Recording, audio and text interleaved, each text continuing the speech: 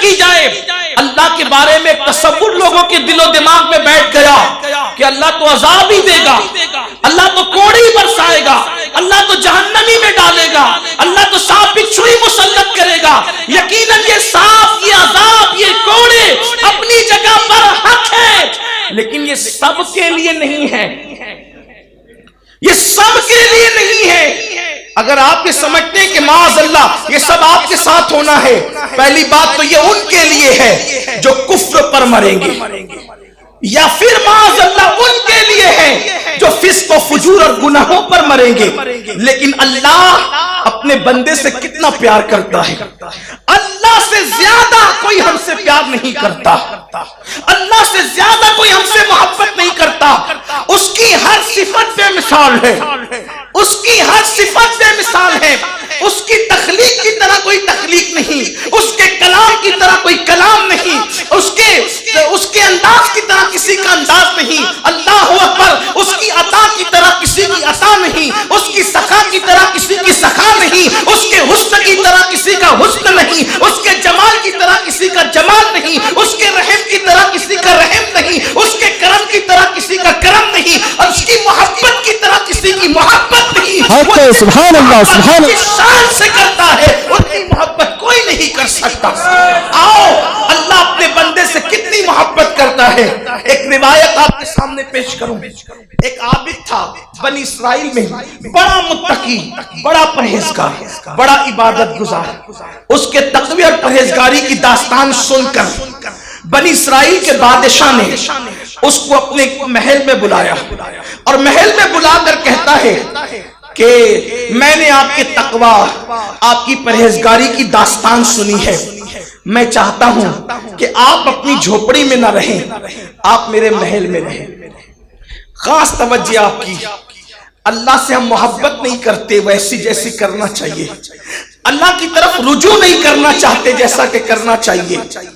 بنی اسرائیل کا بادشاہ عابد بنی اسرائیل کو کہتا ہے کہ آپ اپنی جھوپڑی سے نکلیں, میرے محل میں آئیں. وہ پکا عابد تھا, وہ سچا متقی تھا, چٹنگ باز آدمی نہیں تھا. وہ اس نے بادشاہ کے محل میں رہنا نہیں تھا, اس لیے کہ یاد رکھنا, جسے یار کی وصل کی لذتیں مل جاتی ہے, جسے یار کا پتہ مل جاتا ہے, پھر وہ بھاگتا ہے لوگوں سے, بلکہ ہر چیز میں پھر اس کو یار کا جلوہ نظر آتا ہے. یار اتنا آیا ہے کہ جدھر نظر اٹھا اس کا جلوہ نظر آئے. جیسا کہ بھی آپ نے قرآن کی آیتوں سے سنا, تمہاری شخصیت اور تمہاری ذات میں اس کی نشانی ہے. پتھروں میں اس کی نشانی, پھولوں میں اس کی نشانی, بلبل کی چہک میں اس کی نشانی, اور شفق کے جمال میں اس کی نشانی, افق کی سرخیوں میں اس کی نشانی. شفق کا جمال دیکھ کر کوئی عارف کہتا ہے جب یہ شفق کا جمال اتنا خوبصورت ہے تو اس کو بنانے والا کتنا حسن والا ہوگا, اس کے حسن کا عالم کیا ہوگا. ایک بات مجھے یاد آئی, ہر چیز میں اس کے جلوے کیسے دیکھنے والے دیکھتے. ہمیں تو پاپ کے سوا کچھ نظر ہی نہیں آتی, ہمیں تو جرائم کے سوا کچھ نظر ہی نہیں آتا, ہمیں تو وقت کی بربادی کے سوا کچھ نظر ہی نہیں آتا. لیکن آؤ اللہ والوں کی شان کیا ہے. تصوف کی دنیا میں ایک بہت خوبصورت نام ہے حضرت علامہ امام فخر الدین رازی کا. یہ علامہ امام نجم الدین کبریٰ کے بھانجے بھی ہیں اور مرید و خلیفہ بھی ہیں. اور یہ نجم الدین کبریٰ کون ہے؟ سرکار غریب نواز جس سے فیض لینے کے لیے ان کی خانقاہ میں 15 دن تک جاتے ہیں, وہ ہے نجم الدین کبریٰ رضی اللہ تعالیٰ. بڑی ہستی ہے نجم الدین کبریٰ. امام فخر الدین رازی صرف 7-8 سال کے تھے. اب ظاہر سی بات ہے بھائی اتنا بے مثال ہے, نجم الدین کبریٰ کے غریب نواز جیسے لوگ ان سے فیض لینے آتے ہیں. غریب نواز کوئی چھوٹی موٹی ہستی تو نہیں ہے, 90 لاکھ لوگوں کو کلمہ پڑھانے والی ہستی, سید الموحدین فی الہند, ہندوستان کا سب سے بڑا توحید کا علم بردار, ہندوستان میں سب سے بڑا داعی اسلام, ہندوستان کا مبلغ اعظم, ہندوستان میں نائب نبی فی الہند ہونے کا سب سے بڑا کسی کو شرف حاصل ہے تو وہ میرے خواجہ ہندوستان کے راجا ہیں. جس کی نگاہ کسی کو نظام الدین بنائے, کسی کو علاؤ الدین بنائے, کسی کو صابر کلیر بنائے, نگاہ اسے غریب نواز کہتے ہیں۔ ہندوستان کے کفرستان میں توحید کا نغمہ گونج جائے اسی کو غریب نواز کہتے ہیں۔ اور وہ غریب نواز نجم الدین کبریٰ کے پاس فیض دینے کے لیے تشریف لے جاتے ہیں۔ ان کی بہن سگی اور حقیقی ماں ہے حضرت فخر الدین رازی کی ماں۔ جب ماں ہوتی ہے نا، ماں واقعی ماں ہو، ماں کا مطلب وہ واقعی ماں ہو اس اعتبار سے اس کی تربیت، اس کا دودھ پلانے کا انداز، اس کا سکھانے کا انداز جب بے مثال ہوتا ہے تو پھر بچوں میں انقلاب آتا ہے۔ کسی بہت بڑے مفکر نے کہا تھا مرد کا پڑھنا بھی بہت قیمتی ہے، لیکن مرد نے پڑھا تو فرد نے پڑھا، لیکن عورت نے پڑھا تو پورے معاشرے نے پڑھا۔ مرد نمازی بنے تو اکیلے بنے گا، عورت نمازی بنے گی تو پورا گھر نمازی بنے گا۔ اس لیے کہ مرد سجدہ مسجد میں کرتا ہے، عورت سجدہ گھر میں کرتی ہے، اور ماں کو سجدہ کرتے دیکھ کر بچے بھی سجدہ کرتے ہیں۔ اس لیے سنی دعوت اسلامی کی طرف یہ بھی ہے کہ صرف مرد ہی نہ سدھرے بلکہ عورت بھی کنیزان فاطمہ بنے، عورت بھی کنیزان زینب بنے، عورت بھی کنیزان خدیجۃ الکبریٰ بنے، اور عورتیں بھی کنیزان ماں عائشہ صدیقہ بنے۔ یہ سنی دعوت اسلامی کی طرف ہے۔ بہنوں سے بھی کہا جاتا ہے ماں واقعی ماں بنو، یعنی اپنی اولاد کی صحیح تربیت کرو۔ فلمیں دیکھ کر دودھ نہ پلاؤ، سیریل دیکھ کر دودھ نہ پلاؤ، آوارگی کر کے دودھ نہ پلاؤ، گناہ کر کے دودھ نہ پلاؤ، اس لیے کہ بچے کے کردار پہ ماں کا اثر پڑتا ہے۔ اللہ اکبر۔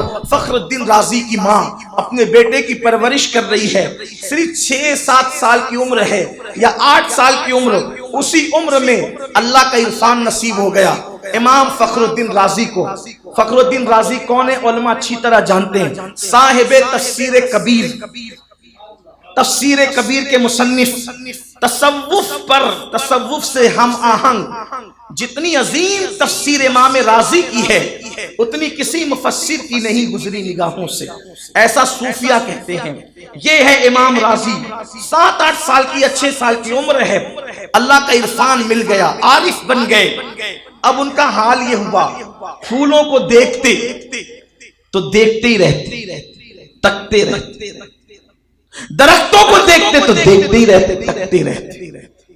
چھوٹی سی عمر میں عالم تہجد میں چلے جاتے۔ قاری صاحب یہی بتانا چاہ رہے تھے ہمیں کہ جدھر دیکھو اس کی نشانیاں ہیں، لیکن چونکہ وہ بہت عالمانہ وقار کے ساتھ سمجھا رہے تھے اور آپ بہت خوبصورت انداز میں سمجھتے تھے، اس لیے کہ ان کے سمجھانے کا انداز ایسا ہے کہ ان کی آدھی سے زیادہ عمر بچوں کو پڑھانے میں گزر گئی۔ جو بچوں کو پڑھا لے جائے تو پھر وہ بڑوں کو کیوں نہیں پڑھا سکتا؟ یہ تو ہم لوگوں ہی پڑھاتے ہیں، ہاں ہم ان کے پاس پڑھتے بھی ہیں۔ اور ایک چیز تو ایسی پڑھائی کہ جو کوئی نہیں پڑھا سکتا، یہ ان کے میرے درمیان راز ہے۔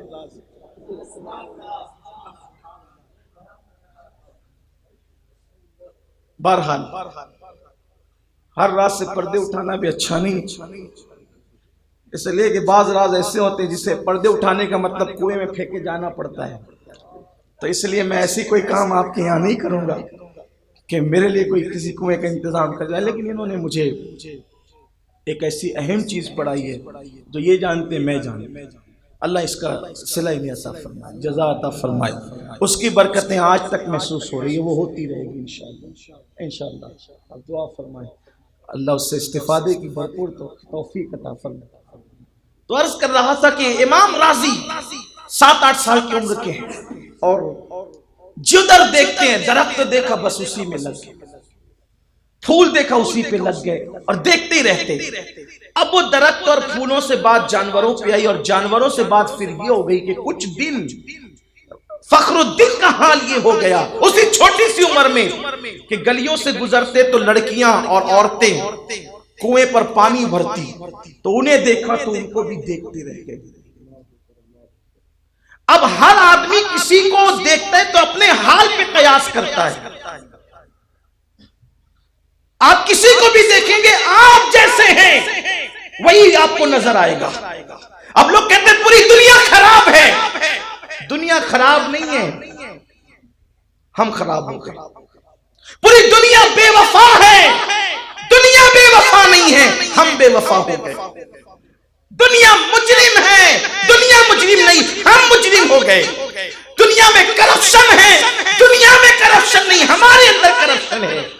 آسان سی مثال، فجر سے کچھ پہلے دو لوگ ایک دوسرے کو دیکھنے لگے۔ ایک چور تھا، وہ چور جا رہا تھا چوری کے لیے، اور ایک تہجد گزار تھا، وہ جا رہا تھا مسجد میں نماز کے لیے۔ تہجد گزار نے چور کو دیکھا، سمجھا میری طرح تہجد گزار ہے، یہ بھی مسجد جا رہا ہے، اور چور نے دیکھا تو سمجھا میری طرح چور ہے، کسی کا گھر جھانکنے جا رہا ہے۔ تو لوگ ہمیں جیسے نظر آتے ہیں، لوگ ویسے نہیں ہیں، دراصل ہم اپنا عکس دیکھتے ہیں لوگوں کے اندر۔ تو راضی کو 7-8 سال کی عمر میں درختوں کو تکتے دیکھا، اعتراض نہ ہوا، پھولوں کو تکتے دیکھا، اعتراض نہ ہوا۔ چند دن ایسا وہ گلی سے گزرے، عورتوں پہ نظر پڑی تو بس انہی کو تکنے لگے۔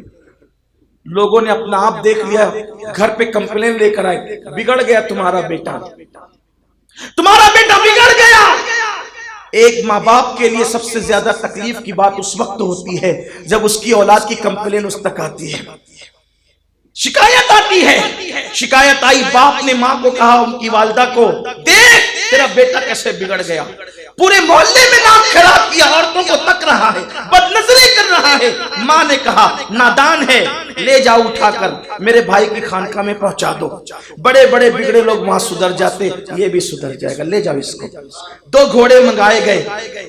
باپ کو ادراک نہ تھا کہ میرا بیٹا کس منزل پر ہے، ماں کو پتا نہ تھا کہ بیٹا کس مقام پر ہے۔ 2 گھوڑے منگائے گئے، ایک پر حضرت فخر الدین کے والد بیٹھے، دوسرے پہ ان کو بٹھایا۔ 7-8 سال کا بچہ گھوڑا چلانے لگا باپ کے پیچھے پیچھے۔ سفر تھا نجم الدین کبریٰ کی خانقاہ تک۔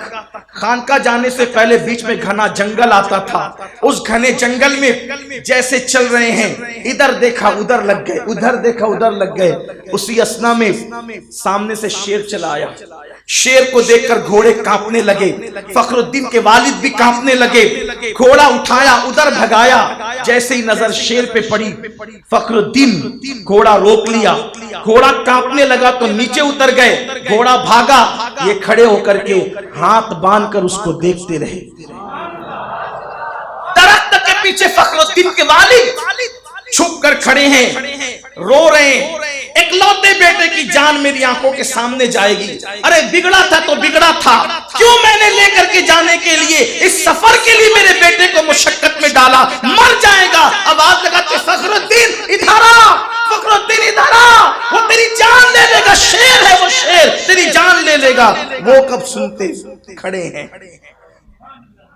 باپ نے بیٹے کے لیے امید چھوڑ دی، لیکن ایک منظر نگاہوں سے دیکھا، شیر آیا آیا آیا، قریب آیا، قدموں پہ سر رکھا، پیر چومے، اسی طرح واپس چلا گیا۔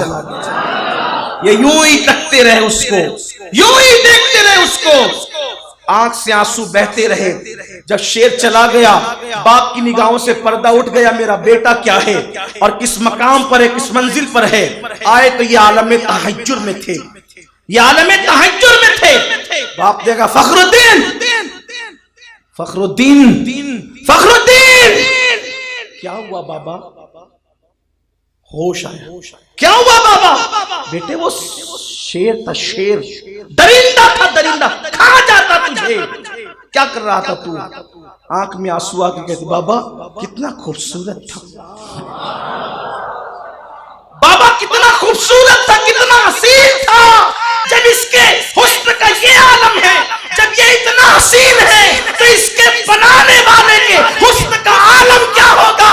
آپ شیر دیکھ رہے تھے، شیر میں جلوہ یار دیکھا، تو عالم سے کرتی ہے بیگانہ دل کو عجب چیز ہے لذت عاشق۔ میں یار کا جلوہ اس میں دیکھ رہا تھا، تب پتا چلا کہ بیٹا پہنچا کہاں ہے۔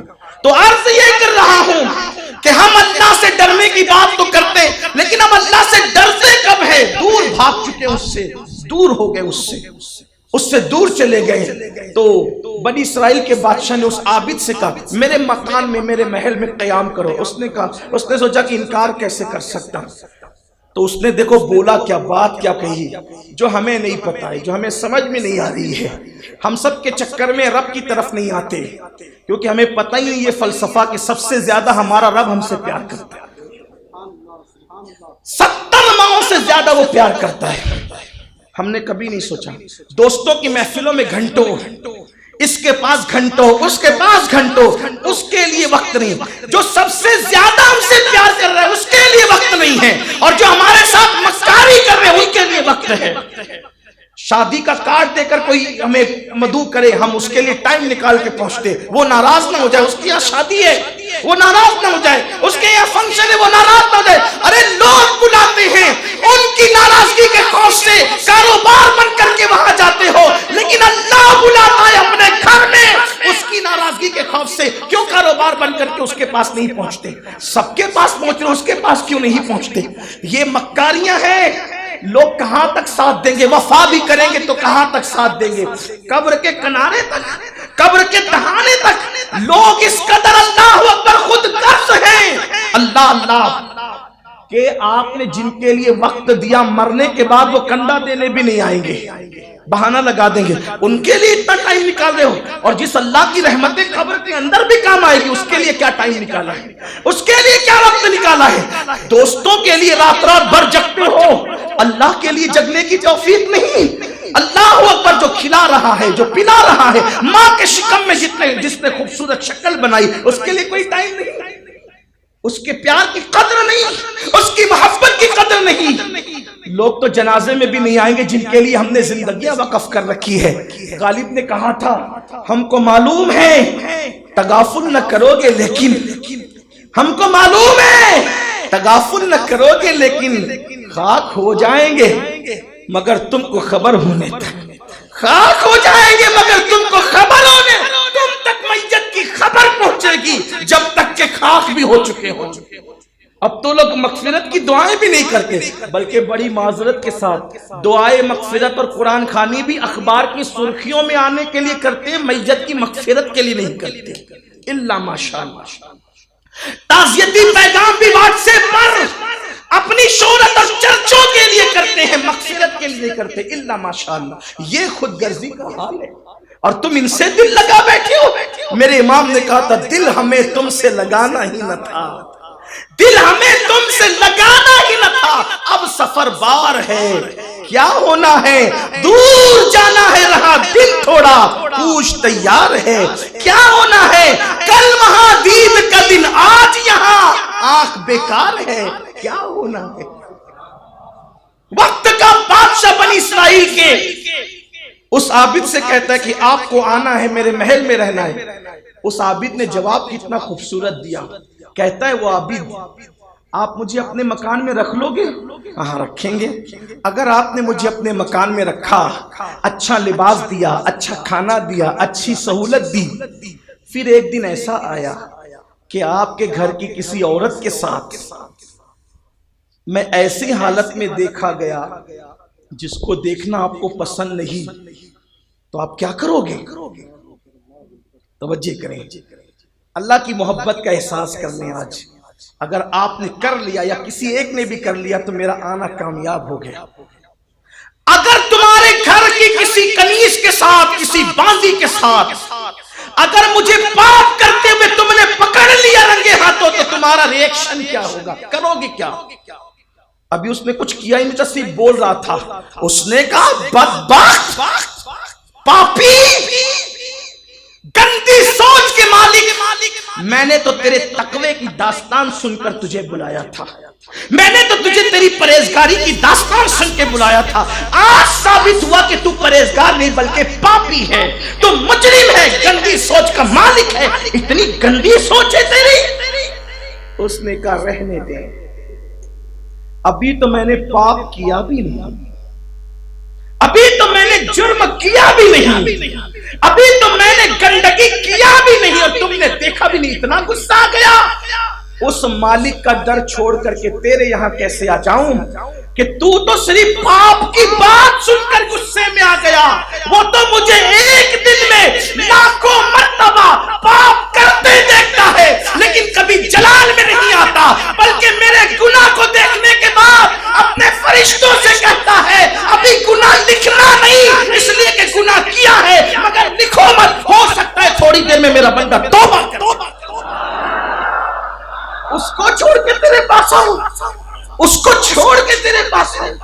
یہ نہیں ہو سکتا. اور سن لے، اس نے مجھے اتنے جرائم کرتے دیکھا لیکن وہ مجھے نکال نہیں رہا ہے، مجھ پہ ناراض نہیں ہو رہا ہے، مجھ پہ غصہ نہیں کر رہا. حدیث پاک ہے، قربان جائے حدیث پاک ہے. اللہ اکبر. میرے اللہ نے 2 فرشتوں کو کندھوں پہ مقرر کیا ہے اور نیکی کا فرشتہ ماتحت ہے. بائیں طرف والے فرشتے کو اس نے ماتحت کر رکھا ہے، نیکی کے فرشتے نے اس کو ماتحت کر رکھا ہے گناہ لکھنے والے فرشتے کو. کیا ہوتا ہے پتہ ہے؟ اللہ نے اس کو سکھا رکھا ہے جب میرا کوئی بندہ نیکی کرے 1 کی 10 لکھنا، اور جب گناہ کرے تو اس کو لکھنے مت دینا. کب تک؟ 1 ساتھ انتظار کرنا، 2 ساتھ انتظار کرنا، 3 ساتھ انتظار کرنا، حتیٰ کہ 7 ساتھ تک انتظار کرنا. اگر 7 کا مطلب یہی ہے جو آج کل کے عرب لیتے ہیں تو اس کے کم سے کم بنتے 6 سے 7 گھنٹے. 6-7 گھنٹے تک انتظار کرنا. گناہ لکھنا مت، اس کو لکھنے مت دینا. نیکی کرے تو 10 لکھنا، بلکہ صرف نیت کرے تو بھی نیکی لکھ دینا، اور عمل کرے تو 10 لکھنا، اور گناہ کرے تو اس کو لکھنے مت دینا، منع کرنا. پھر کیا ہوتا ہے؟ قربان میرے اللہ کی محبتوں پر. ہائے ہائے، ہم کتنے وی آئی پی لوگ ہیں، رشک کرے وی آئی پی لوگ. کسی سے ایم ایل اے محبت کرتا ہے، کسی سے ایم پی محبت کرتا ہے. مصطفیٰ جان رحمت کی غلامی کے صدقہ ہے کہ اللہ ہمارا ہم سے 70 ماؤں سے زیادہ محبت کرتا ہے. اس کو گناہ لکھنے مت دینا. حتیٰ کہ اب سنو حد، کیا معاملہ ہے؟ 1 گناہ ہو گیا، 6-7 گھنٹے تک کے لکھنے نہیں دیا جاتا. اسی 6-7 گھنٹے میں دوسرا گناہ بھی ہو جاتا ہے. وہ گناہ لکھنے والا فرشتہ کہتا ہے 2 ہو گئے. کہا رک ابھی. نیکی کا فرشتہ کہتا ہے اللہ نے مجھے رکنے کے لیے کہا رک ابھی. 3 ہو گئے. اب کہا ابھی اور 4 ہو گئے گناہ اس کے. 5 گناہ ہو جاتے ہیں. اس 5 گناہ کے بعد وہ 1 نیکی کر لیتا ہے. گناہ 5 کیا، نیکی 1 کیا. تو وہ فرشتہ جو نیکی لکھنے والا ہے وہ کہتا ہے دیکھ اس نے گناہ کیا ہے 5، نیکی کی 1، اور اللہ کا حکم مجھے کہ 1 پر اس کو 10 نیکی لکھوں. تو ایک کام کر، میں 5 ہی نیکی لکھتا ہوں، اور 5 نیکی کے بدلے اس کے 5 گناہ تو مت لکھا کر. یہ اللہ کی محبت ہے. اور ایک بات آپ سے کہوں، کتنی محبت کرتا ہے وہ، مجھے اس بات سے سمجھ میں آیا. باتیں تو پہلے سمجھ میں آئی، لیکن جب سے میں نے چھوٹی موٹی بات لکھنی شروع کی تو تب مجھے سمجھ میں آیا. ایک بہت بڑے مفکر نے کہا تو میری بات دماغ میں بھی آئی. دیکھو اللہ خالق ہے ہمارا، اس نے کی ہے تخلیق ہماری، ٹھیک، اس نے ہماری تخلیق کی ہے. ایک بات، خالق کو اپنی تخلیق کبھی بری نہیں لگتی، اور ہر خالق اپنی تخلیق سے پیار کرتا ہے. میں اپنی بہنوں سے توجہ چاہتا ہوں، وہ کھانا بنائے تو گویا کہ وہ کھانے کو تیار کر رہی ہے، اور مجازن کہہ دوں کہ وہ کھانے کی تخلیق کر رہی ہے. کھانوں کی تخلیق کر رہی ہے، مجازن کہہ رہا ہوں. اس نے بنایا کھانا، اور اس کے شوہر نے جو اس کو پوری کائنات میں سب سے زیادہ محبوب ہے، بس اتنا کہہ دیا یار آج تم نے تو کھانا ایسے بنایا کہ اس میں نمک زیادہ ہو گیا. بولو اس کا منہ اترتا ہے کہ نہیں؟ اس کا موڈ آف ہوتا ہے کہ نہیں ہوتا؟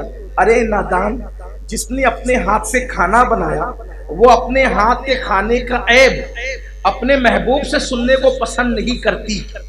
جس نے اپنے ہاتھ سے کھانا بنایا، حالانکہ مرچی دوسرے سے لائی، نمک دوسرے سے لائی، مسالہ دوسرے سے خرید کے لایا، سارا سامان دوسروں سے لا کر کے پھر بنایا، اور صرف اتنا اس نے ڈال کر اپنے فن کے مطابق ڈھالا، تو ڈال کر ڈھال دے تو اس کھانے سے اتنا پیار ہو جائے کہ اپنا محبوب بھی اس میں عیب نکالے تو برا لگتا ہے، اذیت ہوتی ہے، دل دکھتا ہے.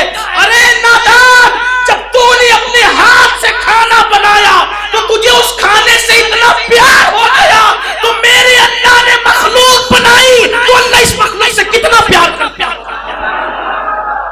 تیرے ہاتھ کے کھانے میں کوئی عیب نکالے تو تجھے تکلیف ہوتی ہے، اس کی مخلوق کو کوئی گالی دے تو اس کو کتنی تکلیف ہوتی ہے، اس کی مخلوق پہ کوئی ظلم کرے تو اس کو کتنی تکلیف ہوتی ہوگی. اور ایک بات آپ کو بتاؤں، قاری صاحب جو ہے وہ بہت بڑے فنکار ہونے کے ساتھ بڑے شاعر بھی ہیں. کہ ان کے دل کی بات کہوں، حالانکہ انہوں نے مجھ سے کبھی کہی نہیں، لیکن کہہ رہا ہوں ان کے دل کی بات. اپنے ہاتھ کا لکھا ہوا کلام اگر اپنے سامنے کوئی پڑھے اور توڑ مروڑ کے پڑھے تو دل پہ کیا گزرتا ہے؟ جو اپنے سامنے اپنا لکھا ہوا کلام توڑ مروڑ کر پڑھے تو انسان کے دل پہ کیا گزرتی ہے؟ یار چند شعر لکھنے کے بعد اس کلام سے اتنا پیار ہوتا ہے.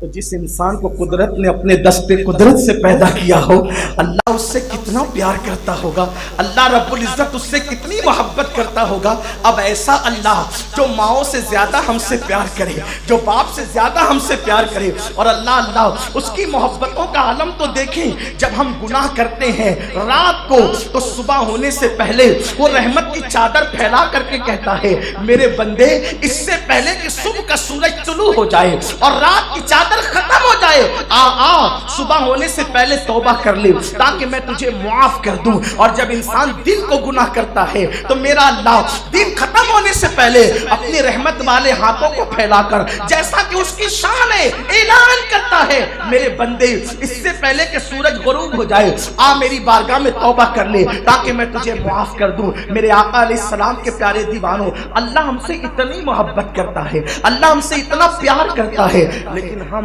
اپنے اللہ کی طرف رجوع نہیں کرتے، اپنے اللہ کی طرف پلٹنے کی کوشش نہیں کرتے. میرے اللہ نے اپنے محبوب سے فرمایا وَإِذَا سَأَلَكَ عِبَادِي عَنِّي فَإِنِّي قَرِيبٌ. اے میرے محبوب، جب میرے بندے توجہ کریں، عبادی یا نسبتی ہے، اس لیے عبادی اور یہ تشریفی بھی ہے اور نسبتی بھی ہے. عبادی میرے بندے، کس سے کہا رہے؟ محبوب سے. وَإِذَا سَأَلَكَ، اے پیارے حبیب جب تجھ سے سوال کرے عبادی میرے بندے، کیا؟ میرے متعلق، عنی میرے متعلق. جب میرے بندے میرے متعلق پوچھے، میرا پتہ پوچھے کہ اللہ کہاں ہے، اللہ کہاں ہے، تو جواب کیا دے؟ فَإِنِّي قَرِيبٌ. انہیں جواب دو کہ میں تمہارے قریب ہوں.